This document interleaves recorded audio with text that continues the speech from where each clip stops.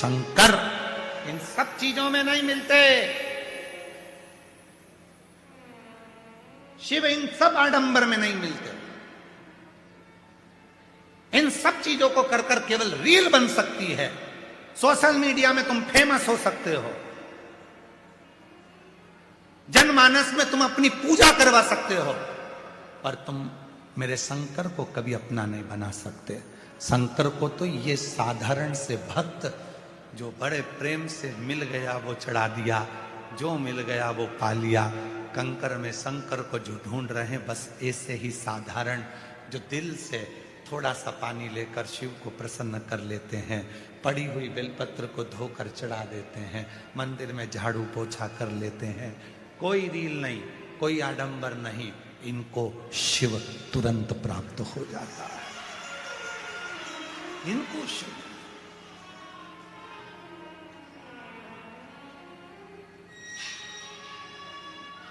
इतना, आज मैं शंकर भगवान को इतना इतना ऐसा करूंगा, आज मैं शिव जी के शिवलिंग पर यह करूंगा, पूरा सावन महीना शिवरात्रि में ना जाने कितनी कितनी रीलें बनती हैं, और सोचते होंगे कि इन्हें कितना तप करा, इनकी इतनी रील बन गई, इनको शिव जी मिल गया होगा, लोग उनको भगवान मानने लगते हैं। निवेदन है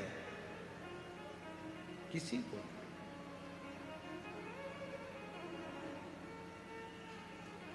किसी को नहीं। तुम आडंबर में मत फंसना, तुम दिखावे में मत फंसना, तुम रीलों के चक्कर में मत फंसना, तुम रियल लाइफ में आओ, रियलिटी में आओ, और भगवान शिव के मंदिर जाओ और एक लोटा जल चढ़ाकर अपनी जिंदगी को सार्थक बनाओ। आडंबर नहीं, दिखावा नहीं, कुछ नहीं। चलो जाओ। कुबेरेश्वर बाबा के दर्शन जब फुलेरा दूज पे फूल धतूरा चढ़ता है और रुद्राक्ष बाबा को चढ़ते हैं, और वो रुद्राक्ष जब सिद्ध होते हैं तो जब यजमानों को अंदर ले जाकर कुबेर भंडारी का जब लोटा जल चढ़वाते हैं तो उनके सारे मोबाइल बाहर पटकवा देते हैं। पूछो आप यजमानों से, इनके मोबाइल अंदर गए हो? तो नहीं, रील नहीं जरूरत है। रियल जिंदगी में आप उसके सामने खड़े हो, वो तुम्हारा बाप है, 2 क्षण का मौका मिलेगा, दर्शन करके उससे झोली पसार के मांगो और बाहर निकल जा, उतनी देर का समय प्राप्त हो। ये रील बनाने का विषय नहीं है, ये रियल जिंदगी को जीने का विषय है। जियो, शिव तत्व में जियो, शिव तत्व और विश्वास के साथ जियो। पार्वती मैया ने फिर आगे वर्णन आया, तारकासुर के संहार की बात आती है। वो तारका जो भगवान शिव को अपने हृदय में विराजमान रखता है, उस तारकासुर को मारना। और कौन मारेगा? तो कहा शिव के पुत्र मारेंगे, शिव के पुत्र।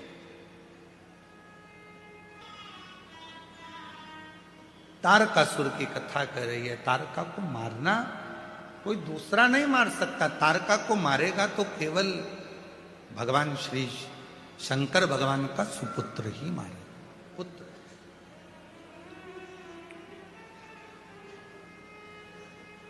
शिव महापुराण एक बहुत सुंदर बात कहती है, आपने अपनी जिंदगी में कोई सा भी व्यसन करा, कितना भी व्यसन आपने धारण करा, पर जब घर में पुत्र आ जाए, घर में बेटा बेटी का जन्म हो जाए, तो व्यसन को त्याग देना चाहिए।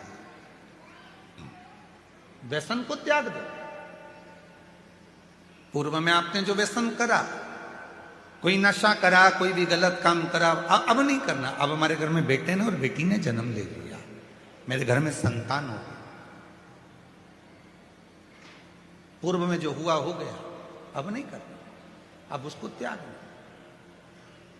और मत बुरे कर्म कर बंदे, वरना पछताएगा, भगवान की आंखों से तू बच नहीं पाएगा, तू बच नहीं पाएगा। अरे ओ अज्ञानी मत करना,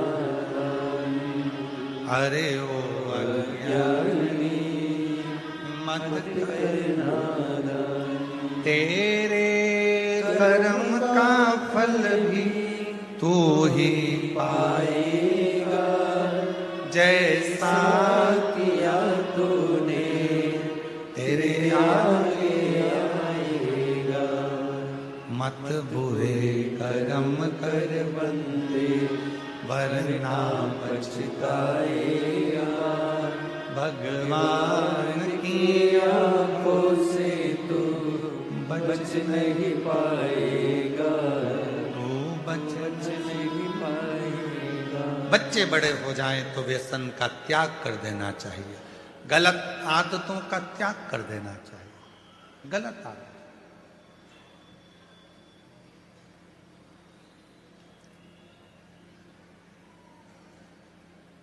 मैं स्वामी जी से कहूंगा, हमारे ये चितावलिया गांव, गुड़भेला, नापली, भटोनी, जाट का चितावलिया, ये पूरे क्षेत्र के जितने भी गांव के लोग हैं, ऐसे पवित्र गांव हो गए हैं, चाहे वो नापली हो, गुड़भेला हो, चितावलिया हो, जाट का चितावलिया हो, चितावलिया हेमा हो, भटोनी हो और आसपास के जितने गांव, इस कुबरेश्वर धाम की धरा के कारणवश इन लोगों ने अपना व्यसन का त्याग कर दिया।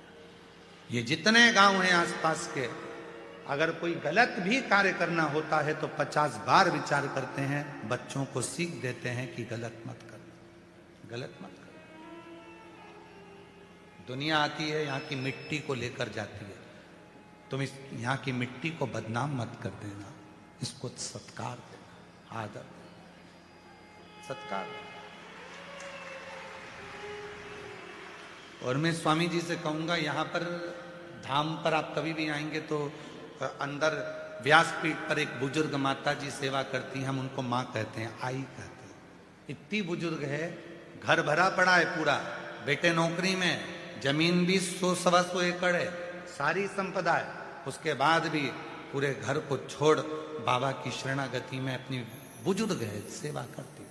एक बुजुर्ग हमारे यहाँ गांव के दादा साफा, कहाँ बैठे हैं, कहीं है, साफा बांधे हुए, वो रोज भोजनशाला में केवल उनके पास एक गमछा रहता है, उस गमछे, ये इनको दिखाओ जरा टीवी पर, एक गमछे से केवल चलो चलो, और सबको भोजन, कोई भूखा ना रह जाए। रात तक भी देखते हैं कोई भूखा तो नहीं सो रहा, उठा के पूछ लेते हैं, क्यों तुमने खाना खाया कि नहीं खाया, चल मैं तेरे को लाके, अंदर जाएंगे, रसोई घर से धीरे से खाना लाकर उसको दे देंगे, खिला देंगे और भेज। ऐसी ऐसी दिव्यता है, ऐसी दिव्यता, साधुता है। एक दिन इनके मुंह में थोड़ा सा तंबाकू था, हम निकल कर जा रहे थे, मुंह में तंबाकू था, ये बोल नहीं पाए। उस दिन से इन्होंने कहा कि सरकार से बात नहीं हो पाई, महाराज जी से मैं बोल नहीं पाया, तो उस दिन से उन्होंने तंबाकू को भी त्याग दिया, जो सालों से जिंदगी निकल गई थी, उस तंबाकू का भी त्याग। ये दिव्यता है, ये आनंद है। एक रायकरण कक्कू जी हैं हमारे यहीं इधर रहते हैं, एक शिवचरण जी हैं, रायकरण जी हैं, ऐसे वो जब भी आएंगे वो एक ही बात, गुरुजी थक गए होंगे, जरा उनसे हमको मिलाओ, और हम उनके पास बैठेंगे रायकरण कक्कू के पास में या शिवचरण, तो तुरंत कह देंगे गुरुजी थक गए होंगे, चलो बैठो हमारे पास, एक पेड़ के नीचे ले जाके बिठा देंगे और बड़ी चर्चा करेंगे शंकर जी की, पुरानी पुरानी इस भूमि की, यहाँ के कंकर की, बड़ी बड़ी चर्चा कर। ये स्नेह, ये प्रेम। यहां तुम आए हो, बाबा के भरोसे आए और बाबा के लिए आए, तो विश्वास दृढ़ी कर चलो, भरोसा जितना।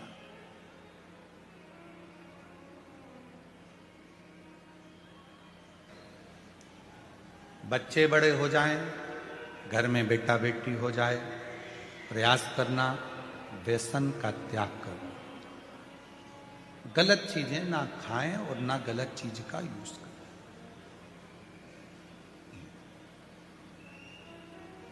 नशे की वस्तुओं से दूर रहें।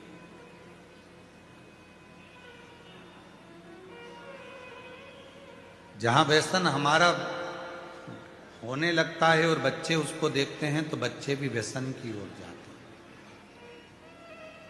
उन बच्चों को यदि व्यसन से मुक्त करना है तो स्वयं को भी व्यसन का त्याग करना पड़े। व्यसन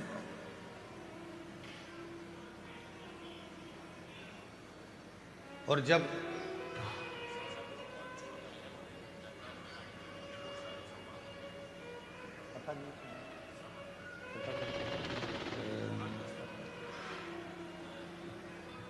व्यसन को ही छोड़े।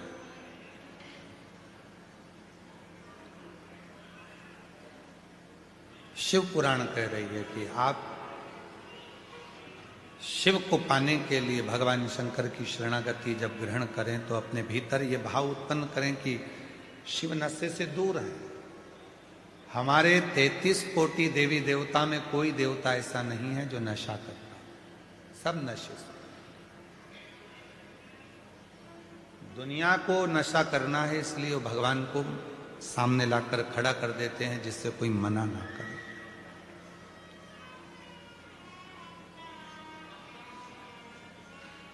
वामदेव ऋषि की कथा कहती है,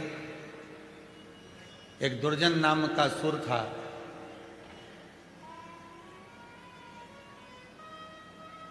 बाबा की कथा कहती है एक दुर्जन नाम के असुर पर भी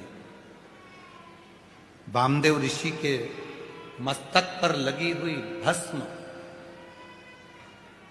वामदेव ऋषि के मस्तक पर लगी हुई थोड़ी सी शिव जी की भस्म दुर्जन नाम के असुर को भी मोक्ष दे देती, मुक्ति दे देती।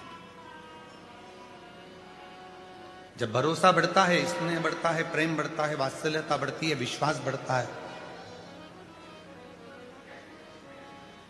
जब वात्सल्यता प्रबल होती है तब शिव तत्व की प्राप्ति अपने आप होने लगती है। विश्वास जब दृढ़ होता है तो शिव तत्व अपने आप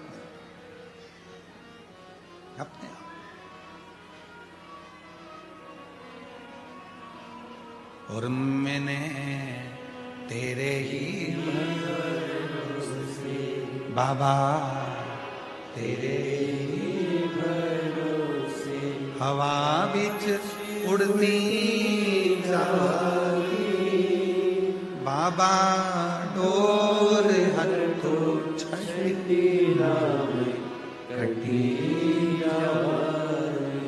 भोले शंभु में तेरी। एक थोड़ा सा पानी में गिर गई थी और उसी पानी को पीने के लिए दुर्जन असुर चला गया।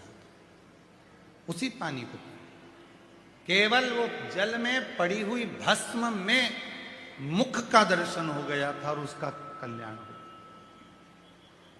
अब जरा विचार करिए, आप लोग तो कंकर शंकर की भूमि पर बैठे हो, तो वहां कई रज वहां का कंकर लगकर तो आप और हमारा जीवन तो वैसे ही कृतार्थ कर रहे हैं, धन्य हो रहा है। एक सुख का अनुभव होता है, सुख का।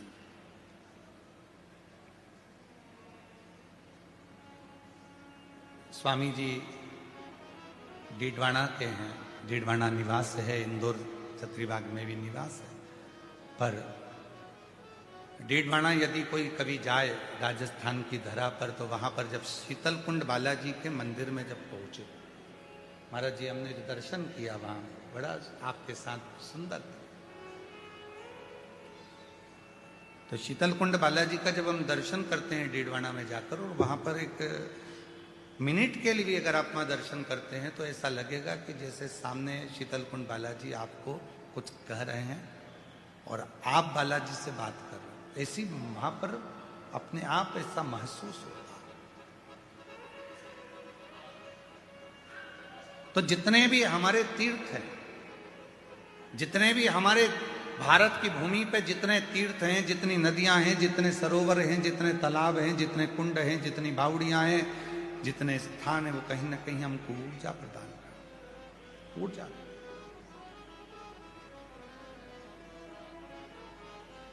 और शिव महापुराण की कथा कहती है उस ऊर्जा को पाने के लिए बहुत दिखावा या बहुत आडंबर की जरूरत नहीं पड़ती। अच्छा, ईमानदारी से बोलो, सब उत्तर देना।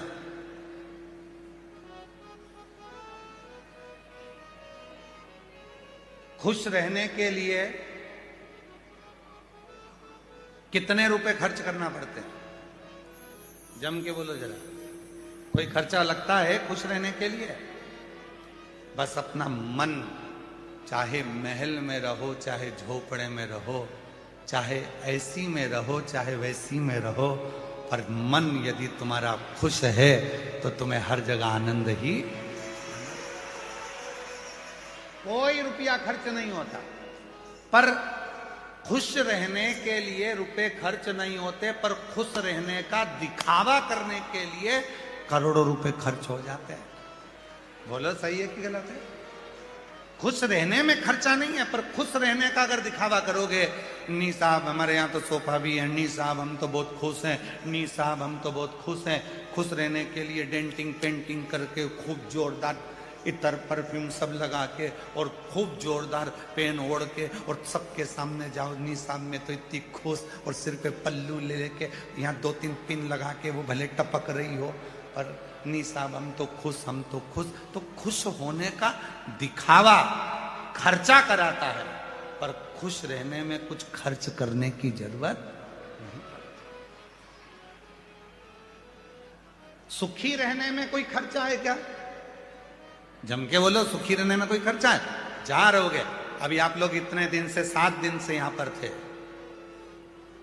कोई आपसे पूछेगा घर पर जाओगे जब, क्यों इतनी भीड़ में कहां सोई, इतने भीड़ में कहां सोया, कहां रहा?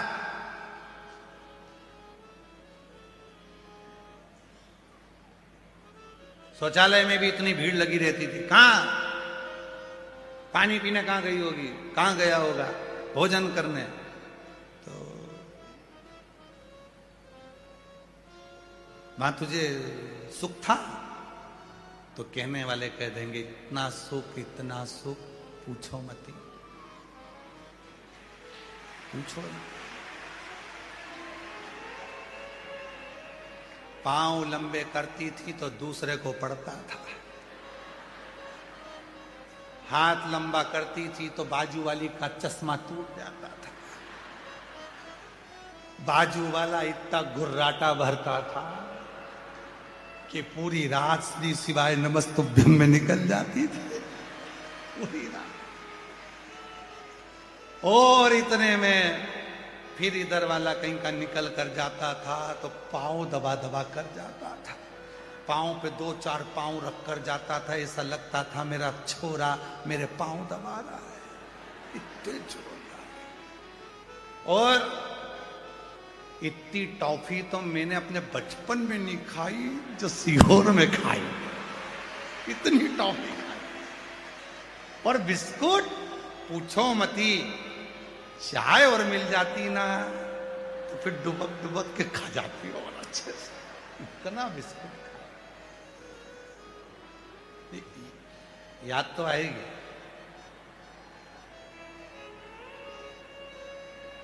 बहुत। और अपने पापा को, अपने पिता को, अपने बाबुल को, अपने शिव को याद करो। यहां से जाते समय उससे बात कर कर जाना। जब इस कुबेरेश्वर धाम के 6 दरवाजे हैं, उन 6 दरवाजों से जब बाहर निकलो, वहां की चौखट को नमन कर कर उससे कहकर जाना, फिर जल्दी बुलाना, बहुत याद आएगा।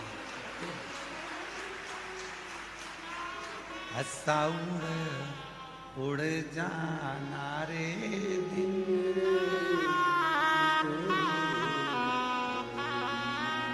बहुत प्रेम से जाना, बाबा से विनय कर कर जाना, निवेदन कर कर जाना। और मेरी जीजियों, मेरे जीजाओं, मेरी बेटियों बेटाओं, मेरे बुजुर्ग माता पिता, कुबेरेश्वर धाम पर हम जानते हैं कि इतनी व्यवस्था नहीं हो पाती, फिर भी पापा के घर आए हो, पिता के घर आए हो, जो